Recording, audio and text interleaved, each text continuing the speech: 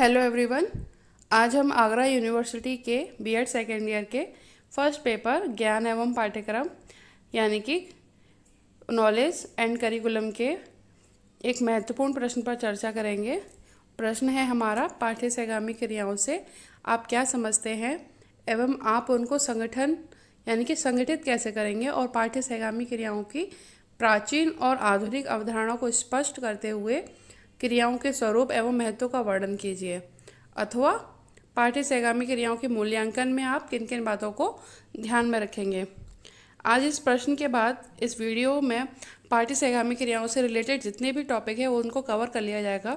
उसके बाद आपको और कहीं भी कुछ करने की ज़रूरत नहीं पड़ेगी इस वीडियो के बाद। तो आगे बढ़ते हैं। हमारे जो मुख्य बिंदु हैं वो हैं पाठ्य सहगामी क्रियाओं की प्राचीन अवधारणा, पाठ्य सहगामी क्रियाओं की आधुनिक अवधारणा, पाठ्य सहगामी क्रियाओं का संगठन, पाठ्य सहगामी क्रियाओं का स्वरूप और पाठ्य सहगामी क्रियाओं का महत्व।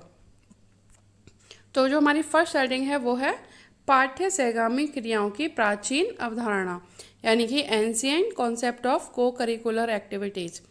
तो समय परिवर्तनशील होता है। जो कल तक सार्थक समझा जाता था वह निरर्थक समझा जाता है। इसी प्रकार एक समय ऐसा था जब खेलकूद अथवा सांस्कृतिक कार्यक्रम को कोई महत्व नहीं दिया जाता था। पहले की पढ़ाई में यानी कि पहले जो सिलेबस हुआ करता था बच्चों का, उसमें केवल पढ़ाई लिखाई पे ही ध्यान दिया जाता था। बाकी जो खेलकूद है या विद्यालय में जो सांस्कृतिक कार्यक्रम है उनको इतना महत्व नहीं दिया जाता था जितना कि आज दिया जाता है। तो उन जो पहले के टाइम में हम जो हमारी को करिकुलर एक्टिविटीज़ है यानी कि जो पाठ्य सहगामी क्रियाएँ हैं उनको हम पाठ्यांतर क्रियाएं कहते थे यानी कि एक्स्ट्रा करिकुलर एक्टिविटीज़ कहा करते थे। उस समय केवल पुस्तकीय ज्ञान पर ही विशेष महत्व दिया जाता था। अध्यापक केवल पढ़ने लिखने वाले कार्यों को ही कराते थे तथा खेलकूद आदि व्यर्थ के कार्य समझे जाते थे। तो अध्यापक 3R यानी कि लिखना, पढ़ना और गणित, इन्हीं को प्रधानता देते थे। बाकी कक्षा के बाहर बच्चे क्या कर रहे हैं उससे अध्यापकों को कोई मतलब नहीं होता था। 3R इंग्लिश में इसकी जो फुल फॉर्म होती है रीडिंग, राइटिंग और अर्थमेटिक। तो पहले का जो सिलेबस था, जो पाठ्यक्रम था, उसमें अध्यापक केवल पढ़ाई लिखाई पर ही फोकस करते थे। बाकी बच्चे के खेलकूद है या सांस्कृतिक कार्यक्रम है इन पर इतना महत्व नहीं देते थे। आगे हमारी हेडिंग है पाठ्य सहगामी क्रियाओं की आधुनिक अवधारणा यानी कि आज के टाइम पे जो जो हमारी पाठ्य सहगामी क्रियाएं हैं उसके बारे में कैसे सोचा जाता है। तो मनोविज्ञान ने समाजशास्त्र जिसमें हम मनुष्यों की सामाजिक गतिविधि, विकास, इस पर हम अध्ययन करते हैं, समाजशास्त्रों पर अपना प्रभाव डाला और बालक का एकांगी विकास न कर सर्वांगीण विकास करने का लक्ष्य अपनाया गया। एकांगी विकास न कर सर्वांगीण विकास करने से मतलब ये है कि अगर बच्चों केवल पढ़ाई लिखाई पर ही फोकस किया जाएगा तो बच्चों की जो खेलकूद से जो बच्चों के अंदर समझ पैदा होती है, जो टीम भावना जो पैदा होती है, नैतिक भावना और जो उनके जो मोरल शिक्षा जो मिलती है उससे वो वंचित होते थे। लेकिन जब हम उस पढ़ाई लिखाई के साथ जब हम पाठ्य सहगामी क्रियाओं को भी हमने स्कूल में लागू किया तो वो बच्चों को सर्वांगीण विकास करने में इससे मदद मिलती है। तो अब केवल पुस्तक ज्ञान देना उद्देश्य न रह गया, वरन बालक के व्यक्तित्व के प्रत्येक पहलू जैसे शारीरिक, मानसिक, सामाजिक, संवेगात्मक तथा नैतिक गुणों आदि का विकास करना उद्देश्य हो गया है। तो अब केवल पढ़ाई लिखाई से मतलब नहीं है, अब बच्चों का शारीरिक विकास भी, मानसिक विकास, सामाजिक विकास, संवेगात्मक यानी कि बच्चों की जो इमोशनल इंटेलिजेंसी है वो, नैतिक गुण आदि का विकास करना भी आज के टाइम पर ज़रूरी माना जाता है। उसके बाद हम चलते हैं, इसे पाठ्यक्रम का महत्वपूर्ण अंग माने जाने लगा है यानी कि जो हमारी पाठ्य सहगामी क्रियाएं हैं जिन्हें पहले के टाइम पे हम पाठ्यांतर क्रियाएं कहते थे, अब ये महत्वपूर्ण अंग हैं। अब इन क्रियाओं को पाठ्यांतर क्रिया न कहकर पाठ्य सहगामी क्रियाएं कहा जाने लगा है, अन्यथा इन क्रियाओं को एक्स्ट्रा कहा जाता था। इनका महत्व पढ़ाई लिखाई के बाद था, परंतु अब इन क्रियाओं को बालक को प्रदान करना अपना कर्तव्य समझते हैं। पहले जब ये खेलकूद हुए, सांस्कृतिक कार्यक्रम हुए, इनका महत्व केवल इतना था कि कभी कभी करा लिया, नहीं कराया। लेकिन आज के टाइम पे पढ़ाई लिखाई के साथ प्लस ये उतना ही ज़रूरी है जितना बच्चे के लिए पढ़ाई लिखाई, जिससे बालक का सर्वांगीण विकास हो सके। आगे चलते हैं, हमारी जो डेफिनेशन है पाठ्य सहगामी क्रियाओं की। तो माध्यमिक शिक्षा आयोग के अनुसार स्वच्छ, आनंदप्रद तथा सुव्यवस्थित स्कूल भवन मिल जाने के पश्चात हम चाहेंगे कि स्कूल में विविध प्रकार की क्रियाओं का आयोजन हो जो विद्यार्थियों की विकास संबंधी आवश्यकताओं को पूरा कर सके। मतलब जो हमारी जो को करिकुलर एक्टिविटीज़, जो पाठ्य सहगामी क्रियाएं हैं, वो इस प्रकार की होनी चाहिए जो बच्चों के विकास संबंधी आवश्यकताओं को पूरा करें, चाहे वो शारीरिक विकास हो, मानसिक विकास हो, बच्चों का भावनाओं के प्रति विकास हो, संवेगात्मक विकास हो, या उनका नैतिक विकास हो। इस तरह की क्रियाएं होनी चाहिए। उसमें मनोरंजन कार्यों यानी कि जो बच्चों की हॉबीज से रिलेटेड क्रियाएं होनी चाहिए, क्रिया यानी ऑक्यूपेशन से रिलेटेड चीज़ें होनी चाहिए, तथा योजना प्रोजेक्ट बच्चों को दिए जाने चाहिए कि व्यवस्था करनी होगी जो बच्चों को प्रभावित करें और उनकी विभिन्न विषयों को विकसित करें। उसके बाद हम चलते हैं पाठ्य सहगामी क्रियाओं के प्रकार यानी कि स्वरूप, टाइप्स ऑफ को करिकुलर एक्टिविटीज़। ये जो है इसी डेफिनेशन की हमारी इंग्लिश ट्रांसलेशन है। इसके बाद हमारी जो हेडिंग है वो है पाठ्य सहगामी क्रियाओं के प्रकार यानी कि टाइप्स ऑफ को करिकुलर एक्टिविटीज। आपसे पाठ्य सहगामी क्रियाओं के प्रकार पूछे या स्वरूप पूछे वो एक ही बात है। तो फर्स्ट जो हेडिंग है इसके अंदर वो है शारीरिक विकास के लिए क्रियाएं। तो जो हमारी पाठ्य सहगामी क्रियाएं होती हैं उनमें जो शारीरिक विकास के लिए जो क्रियाएं की जाती हैं वो कौन कौन सी होती हैं। तो उसमें हमारी फर्स्ट हेडिंग है खेल। और खेल भी हमारे दो तरीके के होते हैं। कौन से? कमरे में खेले जाने वाले यानी कि इंडोर गेम्स, और बाहर खेलने जाने वाले यानी कि आउटडोर गेम्स। ये सब हम जानते हैं। दौड़ यानी कि जो एथलेटिक्स जो क्रियाएं होती हैं, दौड़ना, भागना, ये सब। सामूहिक व्यायाम, कुश्तियाँ, तैराकी, योग, नौकाचारण, ये सब हमारे शारीरिक विकास से रिलेटेड क्रियाएं हैं, को करिकुलर एक्टिविटीज़ हैं। उसके बाद हमारी आती है शैक्षणिक क्रियाएं यानी कि एक्टिविटीज ऑफ एकेडमिक टाइम। शैक्षणिक क्रियाओं के अंदर स्कूल पत्रिका, स्कूल मैगजीन हम सब जानते हैं कि हर साल जो स्कूल्स में एनुअल जो मैगजीन छपती है उसमें बच्चों का भी योगदान देना चाहिए, उनका भी राय लेनी चाहिए। दीवार पत्रिका, नोटिस बोर्ड पर स्कूल में बच्चों के लिए बच्चों की स्वतंत्रता दी जानी चाहिए। बच्चों को बोलना चाहिए कि बच्चे उस पर अपने हिसाब से पोइम लिखें या कोई भी आर्ट फॉर्म जो उनको आता हो वो बना कर लेकर आएँ और वो नोटिस बोर्ड पर चिपकाएँ। उसके बाद आपका आता है वाद विवाद एवं भाषण प्रतियोगिता, और जो किसी भी टॉपिक पर हो सकती है जो इम्पोर्टेंट हो। कविता पाठ, निबंध, कहानी प्रतियोगिता, साहित्य गठन, पुस्तकालय गठन, नाटक, गोष्ठी, विस्तार भाषण। तो ये सब बच्चों के मानसिक विकास से रिलेटेड चीज़ें हैं जो कि को करिकुलर एक्टिविटीज़ के अंतर्गत आती हैं। उसके बाद हमारी जो आती है ये है हमारी नागरिक प्रशिक्षण क्रियाएं जो कि सामाजिक विकास से संबंध रखती हैं। पहला है हमारा विद्यार्थी सहकारी स्टोर का गठन। तो विद्यार्थियों को प्रेरित करना चाहिए कि वो एक ऐसा सहकारी स्टोर बनाए स्कूल में जिसमें बच्चों की किताबें हैं, पेन हैं, जो भी उनका स्टेशनरी से रिलेटेड है उसका स्टोर का गठन करें और उसको क्रियान्वित करें। दूसरा हमारा विद्यार्थी परिषद का गठन। तीसरा हमारा सहकारी बैंक का गठन। सहकारी बैंक से मतलब सहकारी बैंक हम सब जानते हैं जो 3 फॉर्म में होती हैं, कुछ गांव के स्तर पर, कुछ ज़िले के स्तर पर, कुछ स्टेट के स्तर पर, जो कि एक समिति द्वारा, एक निर्धारित समिति द्वारा चलाई जाती हैं। इसी प्रकार हम बच्चों को सिखाने के लिए स्कूल में सहकारी बैंक का गठन कर सकते हैं जिसमें बच्चे समिति बनाएं और उस सहकारी बैंक को क्रियान्वित करने का कार्य करें। उसके बाद आगे चलते हैं हम नागरिक संस्थाओं जैसे नगर पालिका है हमारी, डाक खाना है या ग्राम पंचायत है, जिला परिषद है, विधानसभा इत्यादि को बच्चों को देखने लेके जाना ताकि बच्चे देखें कि किस प्रकार से हमारे जो दैनिक कार्य हैं वो किस प्रकार से कंप्लीट होते हैं। उसके बाद हमारा है राष्ट्रीय एवं धार्मिक उत्सव बनाना। राष्ट्रीय धार्मिक उत्सव से मतलब है इंडिपेंडेंस डे है, रिपब्लिक डे है, बाकी अदर हमारे जो भी फेस्टिवल्स हैं, होली है, दिवाली है, जन्माष्टमी, इस तरीके से फेस्टिवल्स स्कूल में मनाना। और जो भी हमारे जो महानुभाव है उनकी जयंतियाँ मनाना। स्कूल समारोह जैसे वार्षिक पारितोषिक वितरण समारोह रखना, विदाई समारोह यानी कि फेयरवेल रखना। इस तरीके से बच्चे के अंदर जो सामाजिक विकास है उसको सुसंगठित किया जाता है। उसके बाद हमारा आता है सौंदर्यात्मक एवं सांस्कृतिक विकास संबंधी क्रियाएं यानी कि activities for aesthetic and cultural development. इसके अंतर्गत संगीत है, नृत्य है, चित्रकला है, फैंसी ड्रेस है, विविधतापूर्ण कार्यक्रम है, लोकगीत है, प्रदर्शनी है, हमारी सांस्कृतिक उत्सव मनाना है या स्कूल को सजाना है। देखिए हर एक बच्चा अलग अलग होता है, हर एक बच्चे की हॉबीज अलग अलग होती हैं। कुछ बच्चे खेलकूद में आगे होते हैं तो कुछ बच्चे जो हैं वाद विवाद, निबंध प्रतियोगिता, कहानी, इस तरीके की चीज़ों में आगे आगे होते हैं।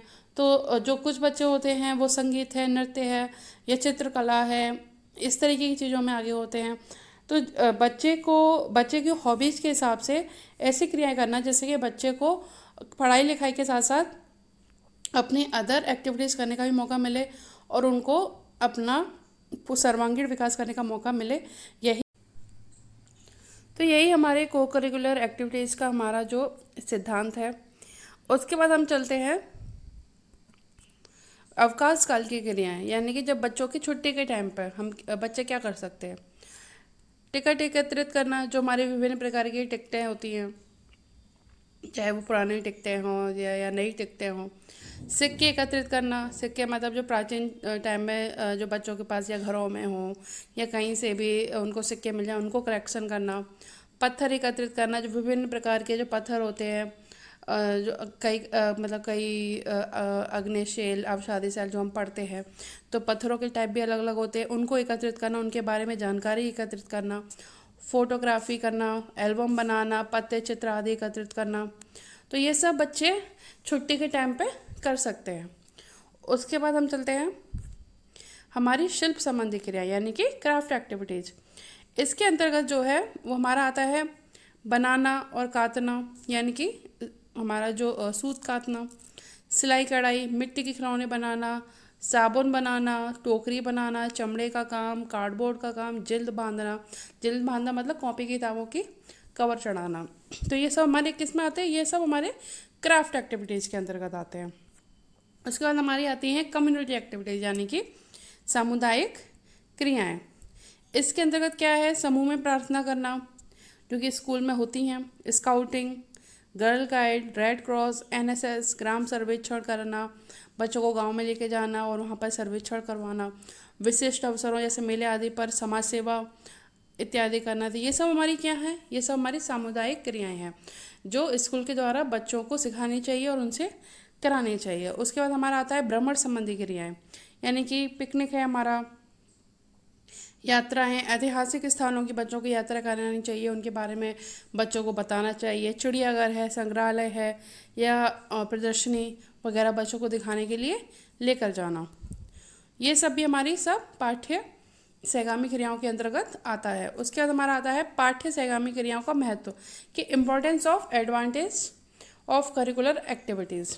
तो आपसे इम्पोर्टेंस पूछे, एडवांटेज पूछे, आपको यही लिखना है। फर्स्ट है हमारा नैतिक प्रशिक्षण यानी कि मोरल ट्रेनिंग। इसके अंतर्गत क्या होता है कि इन क्रियाओं से छात्रों को सच्चाई, ईमानदारी, धैर्य, आत्मनियंत्रण, दृढ़ता, सहनशीलता, आत्मविश्वास आदि नैतिक गुणों का विकास होता है। जब बच्चे पाठ्य सहगामी क्रियाओं को करते हैं तो विभिन्न प्रकार की क्रियाओं से उनके अंदर इस तरीके के गुण अपने आप ही विकसित होने लगते हैं। उसके बाद आती है सामाजिक प्रशिक्षण। सामाजिक प्रशिक्षण के अंतर्गत इनमें भाग लेने से छात्रों में आपसी सहयोग पनपता है, प्रेम, सद्भावना, सहकारिता, आचार विचार, टीम भावना, परोपकार, इन सब गुणों का संचार होता है और ये क्रियाएं बालकों में सामाजिकता की भावना का विकास करती हैं। तो ये सब केवल पढ़ाई लिखाई से तो संभव है नहीं, इसीलिए हमारे पाठ्य सहगामी क्रियाओं का एक बहुत ही महत्वपूर्ण रोल आज समझा जाने लगा है। उसके बाद हमारा आता है नागरिक प्रशिक्षण, यानी कि छात्रों को अपने अधिकार और कर्तव्यों का ज्ञान प्राप्त करने का अच्छा अवसर मिलता है और छात्रों को शासन के कार्यों का प्रशिक्षण प्राप्त होता है। उसके बाद हमारा आता है किशोरों की आवश्यकताओं की पूर्ति, यानी कि किशोरों की नैसर्गिक प्रवृत्तियों को उनके सामाजिक व्यक्तित्व के विकास के लिए भिन्न भिन्न कार्य में लगाया जाता है। उसके बाद हमारा आता है अवकाश के समय का सदुपयोग। अब बच्चे के पास अगर कोई फ्री टाइम है तो उसका उपयोग बच्चा आराम से इस पाठ्य सहगामी क्रियाओं द्वारा कर सकता है। वो व्यर्थ में उससे नष्ट नहीं होगा, उससे वो कुछ सीखेगा ही, उसका टाइम खराब नहीं होगा उससे। उसके बाद हमारा आता है शैक्षिक महत्व। इन पाठ्य सहगामी क्रियाओं का शैक्षिक महत्व क्या है कि पाठ्य सहगामी क्रियाएं बालकों को अपनी अपनी रुचियों के अनुसार अलग अलग क्रियाओं को चुनने का अवसर प्रदान करती है। जैसे कि मैंने आपको कहा कि हर एक बच्चा अलग अलग होता है, हर एक बच्चे की हॉबीज अलग अलग होती है, हर एक बच्चे का सोचने का ढंग अलग अलग होता है। इसीलिए जो तरह तरह की जो पाठ्यक्रम क्रियाएँ करती हैं कराई जाती हैं स्कूल में, तो बच्चे अपने हिसाब से, अपनी चॉइस के हिसाब से उन क्रियाओं को करते हैं, जिससे कि उन बच्चों को शारीरिक और मानसिक विकास होता है और पाठ्यचर्या की क्रियाओं का शैक्षिक महत्व भी बढ़ता है। यानी कि बच्चे कुछ ना कुछ उससे सीखते ही हैं, वो बच्चों के लिए प्लस पॉइंट एक बन जाता है। उसके बाद आता है शिक्षालय कार्य में अभिरुचि उत्पन्न करना।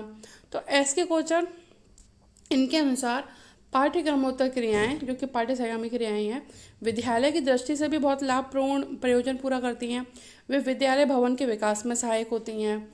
ये शिक्षकों, प्रधानाचार्यों तथा प्रशासकों का एक सार्वभौमिक प्रमाण है। यह वास्तव में मनोविज्ञान के सिद्धांत का स्वयं प्रमाण है कि जिसकी कोई सेवा करता है उससे वह प्रेम भी करता है। सीधी सी बात है कि जब पाठ्यक्रम क्रिया को संचालन होता है तो बच्चों के अंदर ही नहीं बल्कि पूरे जो स्कूल में जितने भी लोग हैं, चाहे अध्यापक हों, प्रधानाचार्य हों, प्रशासक हों, बच्चे हों, उन सब में एक सेवा और प्रेम की जो भावना जो उत्पन्न होती है, उसके द्वारा वो केवल पढ़ाई लिखाई कराने से संभव नहीं है। उसके बाद हमारा आता है पाठ्यक्रम क्रियाओं के संगठन के सिद्धांत, यानी कि इसके प्रिंसिपल्स क्या हैं। फर्स्ट हमारा छात्रों का सहयोग, कि पाठ्यक्रम सहगामी क्रियाओं में छात्रों का सहयोग लेना चाहिए, उनके परामर्श से ही कार्य करना चाहिए। ऐसा नहीं है कि उन पर कोई चीज़ थोप दी जाए कि बच्चों को पसंद नहीं है उनसे वो कार्य कराया जा रहा है। बच्चों की हॉबीज़ के अनुसार उनको कार्य दिया जाना चाहिए, उससे बच्चे और उसको बहुत अच्छी तरीके से करेंगे, बल्कि वो बच्चों के लिए एक अच्छा प्लस पॉइंट ही साबित होगा। अब अगर आप बच्चों के अनुसार कार्य नहीं कराएंगे या बच्चों की हॉबीज़ के आधार कोई उनसे कार्य कराएंगे तो बच्चों को वो बोझ लगेगा, तो जो उसका जो उद्देश्य है हमारे पाठ्यक्रम क्रियाओं का वो पूर्ण नहीं होगा। उसके बाद हमारा आता है विद्यालय के समय में इनका संचालन हो, यानी कि विद्यालय के बाद क्रियाओं के आयोजन करने से क्रियाओं का महत्व कम हो जाता है, क्योंकि दूर रहने वाले छात्र फिर से विद्यालय नहीं आ सकते। आप विद्यालय के टाइम से अगर ये कार्य कराएंगे तो बच्चे जो दूर दराज के हैं, जो स्कूल से दूर रहते हैं, उनको आने में कष्ट हो, उनको परेशानी होगी।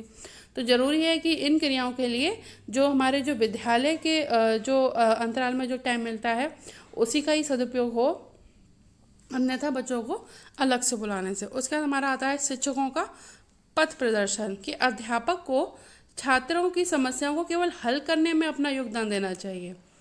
शेष कार्य छात्रों को पर ही छोड़ देना चाहिए, कि ऐसा नहीं है कि कोई को करिकुलर एक्टिविटीज़ के अंदर सारा कार्य शिक्षक ही कर रहे हैं। शिक्षक को गाइड करना चाहिए छात्रों को, ना कि उनका पूरा कार्य करना चाहिए, क्योंकि सीखने का कार्य बच्चों का ही होता है और सिखाने का कार्य शिक्षकों का होता है। उसके बाद हमारा आता है उचित योजना का निर्माण, यानी कि फॉर्मेशन ऑफ प्रॉपर स्कीम। उचित योजना का निर्माण अध्यापकों तथा छात्रों दोनों के सहयोग से होना चाहिए, जिससे दोनों उन कार्यों को पूरा करने में अपना अपना सहयोग प्रदान करें। तो जो भी हम को करिकुलर एक्टिविटीज़ कर रहे हैं उसके लिए एक अच्छे से उसको स्कीम बना लेना और उस निर्माण करना, उसके लिए दोनों टीचर और स्टूडेंट दोनों का ही सहयोग जरूरी होता है। मतलब एक दूसरे के ऊपर कोई चीज़ थोपी ना जाए।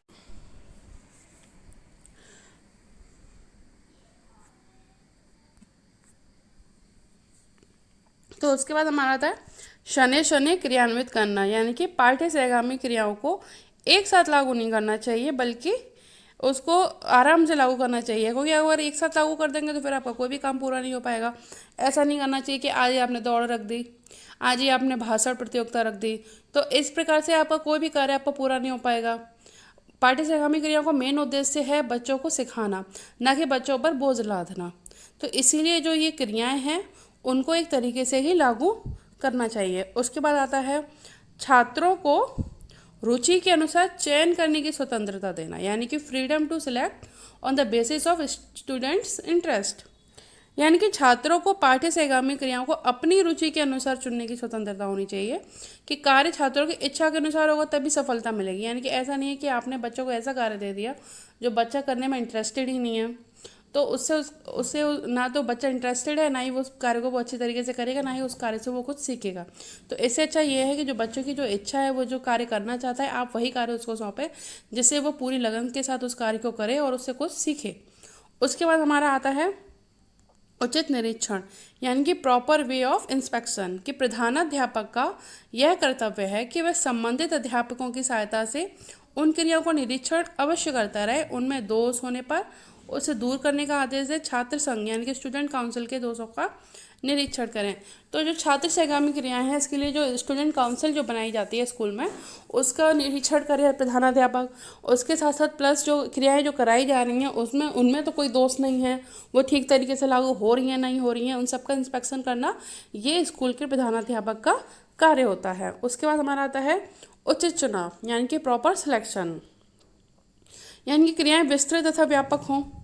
ऐसा नहीं है कि केवल ऐसी क्रियाएं जो एक दो बालक ही कर पाएँ, वो इस तरह की क्रियाएं होनी चाहिए जिससे कि पूरी क्लास या ज़्यादा से ज़्यादा बच्चे उसमें भाग ले पाएँ। उसके बाद क्रियाएं आवश्यकता से अधिक ना हो, मतलब बच्चा जितना कर पाए उतना ही कर पाए, बच्चे के ऊपर ज़्यादा प्रेशर ना डाला जाए अलग से।